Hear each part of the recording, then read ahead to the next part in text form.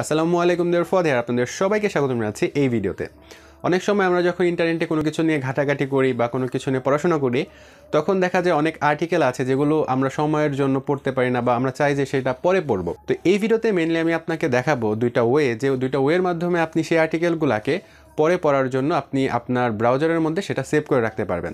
Mainly আমি দেখাবো যে গুগল ক্রোমের যে রিডিং লিস্ট বা এই যে ফিচারটা আছে, এই ফিচারটা কীভাবে আপনি ইউজ করতে পারেন, এবং সেই সাথে আমি এটাও দেখাবো বুকমার্ক এই ফিচারটা আপনি কীভাবে ইফেক্টিভ ওয়েতে ইউজ করতে পারেন এবং খুব সহজেই এই আর্টিকেলগুলা বা এই ধরনের বিষয়গুলোকে কীভাবে সেভ করে রাখতে পারেন। সো উইদাউট মোর এনি কথাবার্তা, বিসমিল্লাহ। এই ভিডিও টপিকে যাওয়ার আগে ছোট্ট একটি অ্যানাউন্সমেন্ট দিতে যাচ্ছি। আপনারা যারা কম্পিউটারের খুঁটিনাটি শিখে কম্পিউটার বেসিকগুলো শিখে এক্সপার্ট হওয়ার পাশাপাশি সহজেই অনলাইন থেকে ইনকাম করার কথা ভাবছেন, তারা এনরোল করতে পারেন কম্পিউটার মডার্ন টু মাস্টার এবং ঘরে বসে ফ্রিল্যান্সিং কোর্সটি। এই কোর্সে আমি কম্পিউটার ওয়ার্ল্ডে বিভিন্ন টার্ম, কম্পিউটারের বিভিন্ন পার্টসের কাজ, সেগুলো কীভাবে কাজ করে, সাইবার সিকিউরিটি সহ অনেকগুলো অনলাইন এবং অফলাইন টুলসের ব্যবহার শিখিয়েছি। এছাড়াও এই কোর্সে আমি শিখিয়েছি ডেটা এন্ট্রি, অ্যাফিলিয়েট মার্কেটিং, ড্রপশিপিংয়ের মতো কাজ, যে সমস্ত কাজ জেনে আপনি খুব সহজে অনলাইন থেকে ইনকাম শুরু করতে পারবেন। তাই আর দেরি না করে ডিসক্রিপশন দেওয়া লিঙ্কে ক্লিক করে বিস্তারিত দেখে আসতে পারেন এবং এনরোল করতে পারেন এই কোর্সটি। প্যাশন ফর লার্নের সমস্ত ভিউয়ারদের জন্য রয়েছে কোর্সের সেলিং প্রাইজের ওপর 40% পর্যন্ত ডিসকাউন্টটি পাওয়ার জন্য ব্যবহার করতে হবে PFL40 এই কুপন কোডটি এবং কোর্সের লিঙ্ক ডিসক্রিপশনে দেওয়া রইল। তো মেইনলি আমরা দেখব দুইটা ওয়ের প্রথমটা হচ্ছে রিডিং লিস্ট, এই ফিচারটা গুগল ক্রোমের এই ফিচারটা কীভাবে ইউজ করতে হয় সেটা। তো প্রথমে আমি এই জিনিসটাই দেখাতে চাচ্ছি আপনাদেরকে। তো আপনাদের গুগল ক্রোমে যদি রিডিং লিস্টের এই ফিচারটা না আসে, তাহলে গুগল ক্রোম ব্রাউজারটাকে একটু কষ্ট করে আপডেট দিতে হবে আপনাদেরকে। তো আপডেট দেওয়ার পরে আপনারা দেখবেন ডান দিকে যে এখানে রিডিং লিস্ট নামক একটা কিন্তু অপশন আপনারা পেয়ে যাবেন এবং এইখানে ক্লিক করলে এরকম দেখতে পারবেন।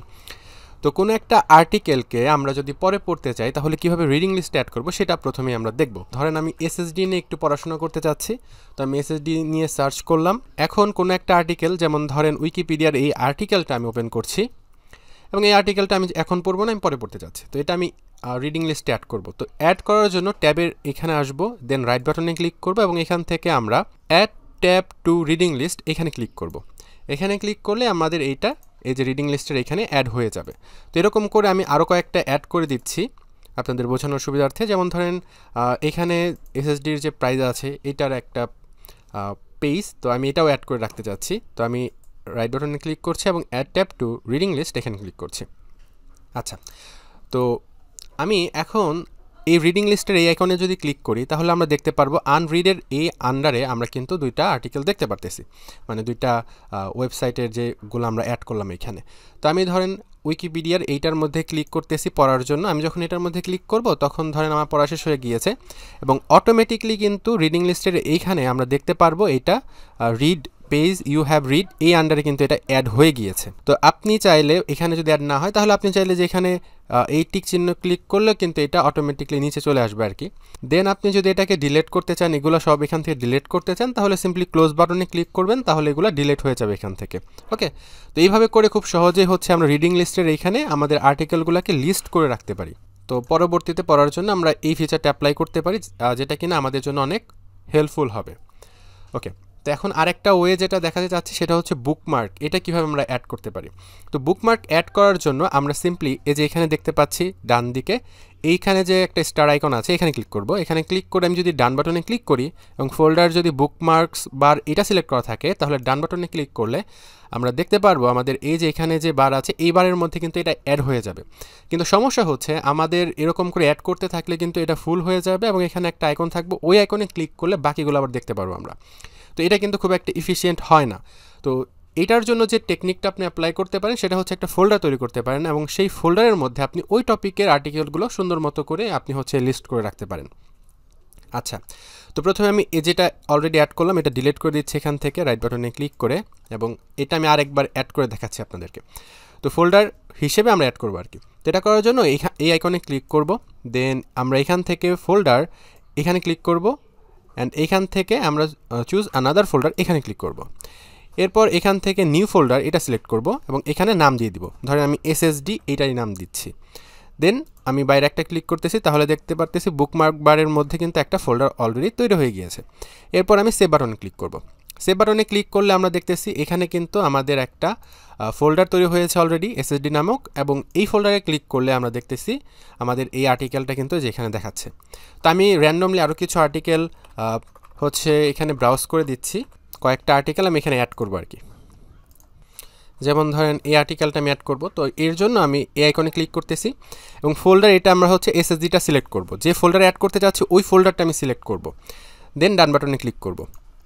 আমি এটাও অ্যাড করতে চাচ্ছি, তো এখানে ক্লিক করতেছে, এটা সিলেক্ট করে ডান বাটনে ক্লিক করব। আপনি যদি আবার বুকমার্ক বারের মধ্যে অ্যাড করতে চান তাহলে সিম্পলি আবার এটা সিলেক্ট করে দিলে এখানে আর কি অ্যাড হয়ে যাবে।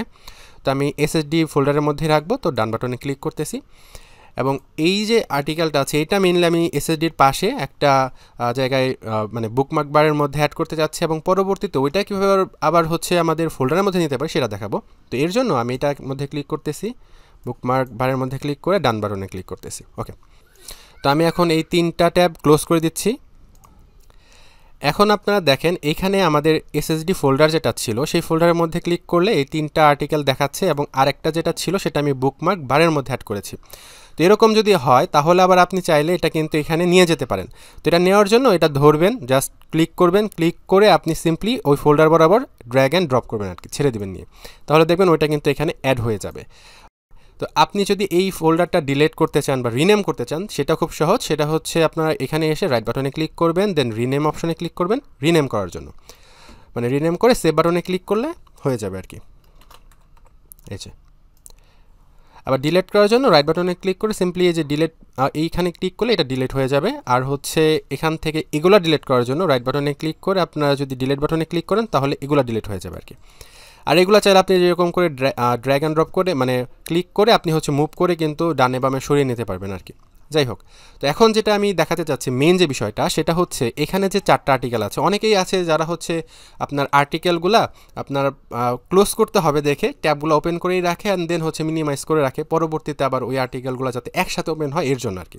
তো এক্ষেত্রে যেটা হয় আপনার কম্পিউটারের র্যাম কিন্তু বেশি খরচ হয় এবং আপনার কম্পিউটার কিন্তু স্লো হয়ে যায়। তো তাদের জন্য যাদের হচ্ছে এই অভ্যাসটা আছে বা এই কাজটা যারা করেন তাদের জন্য একসাথে এই আর্টিকেলগুলো আবার ওপেন করার জন্য যেটা করবেন সেটা হচ্ছে এই ফোল্ডারে আসবেন, মানে বুকমার্কের এই ফোল্ডারে আসবেন, দেন রাইট বাটনে ক্লিক করবেন অ্যান্ড এখান থেকে আপনারা ওপেন অল এখানে ক্লিক করবেন। এখানে যদি ক্লিক করেন তাহলে দেখতে পারবেন যে এখানে 4টা আর্টিকেল বা যে কয়টা আর্টিকেল ছিল সবগুলো আর্টিকেল একসাথে ওপেন হয়ে গিয়েছে। তো যাদের হচ্ছে এরকম একসাথে করে রাখার প্রয়োজন পড়ে বা দরকার হয় তারা হচ্ছে এই ফিচারটা অ্যাপ্লাই করতে পারেন, তাহলে কিন্তু আপনারা খুব সহজেই একসাথে সবগুলো ওপেন করতে পারবেন এবং আপনার কিন্তু অযথা আপনার ব্রাউজারের মধ্যে কিন্তু সব আর্টিকেলগুলো এভাবে করে রাখার প্রয়োজন পড়বে না। যখন যেটা প্রয়োজন ঠিক সেটা তখন আপনার এভাবে করে সবগুলো ওপেন করে কাজ করতে পারবেন। আশা করছি বুঝতে পেরেছেন কিভাবে আপনার রিডিং লিস্ট এবং হচ্ছে বুকমার্ক এই 2টা অপশন ইউজ করে আপনার যে আর্টিকেলগুলো পরে পড়তে চান সেগুলো খুব সহজেই সংরক্ষণ করতে পারবেন। তো এই ছিল মোটামুটি আজকের ভিডিও। আশা করি এই ভিডিওটি আপনাদের ভালো লেগেছে। এই ভিডিওটি যদি আপনাদের ভালো লাগে তাহলে অবশ্যই ভিডিওতে লাইক দিবেন, কমেন্ট করে আপনার মূল্যবান মন্তব্য অবশ্যই আমাদেরকে জানিয়ে দিবেন। কম্পিউটার রিলেটেড যে কোনো সমস্যার দ্রুত সমাধান পাওয়ার জন্য জয়েন হতে পারেন আমাদের ফেসবুক গ্রুপে। ইনশাআল্লাহ দেখা হবে আগামী কোনো ভিডিওতে। সেই পর্যন্ত সবাই ভালো থাকবেন, সুস্থ থাকবেন এবং জ্ঞানময় পৃথিবীতে সবসময় থাকবেন কৌতূহলী।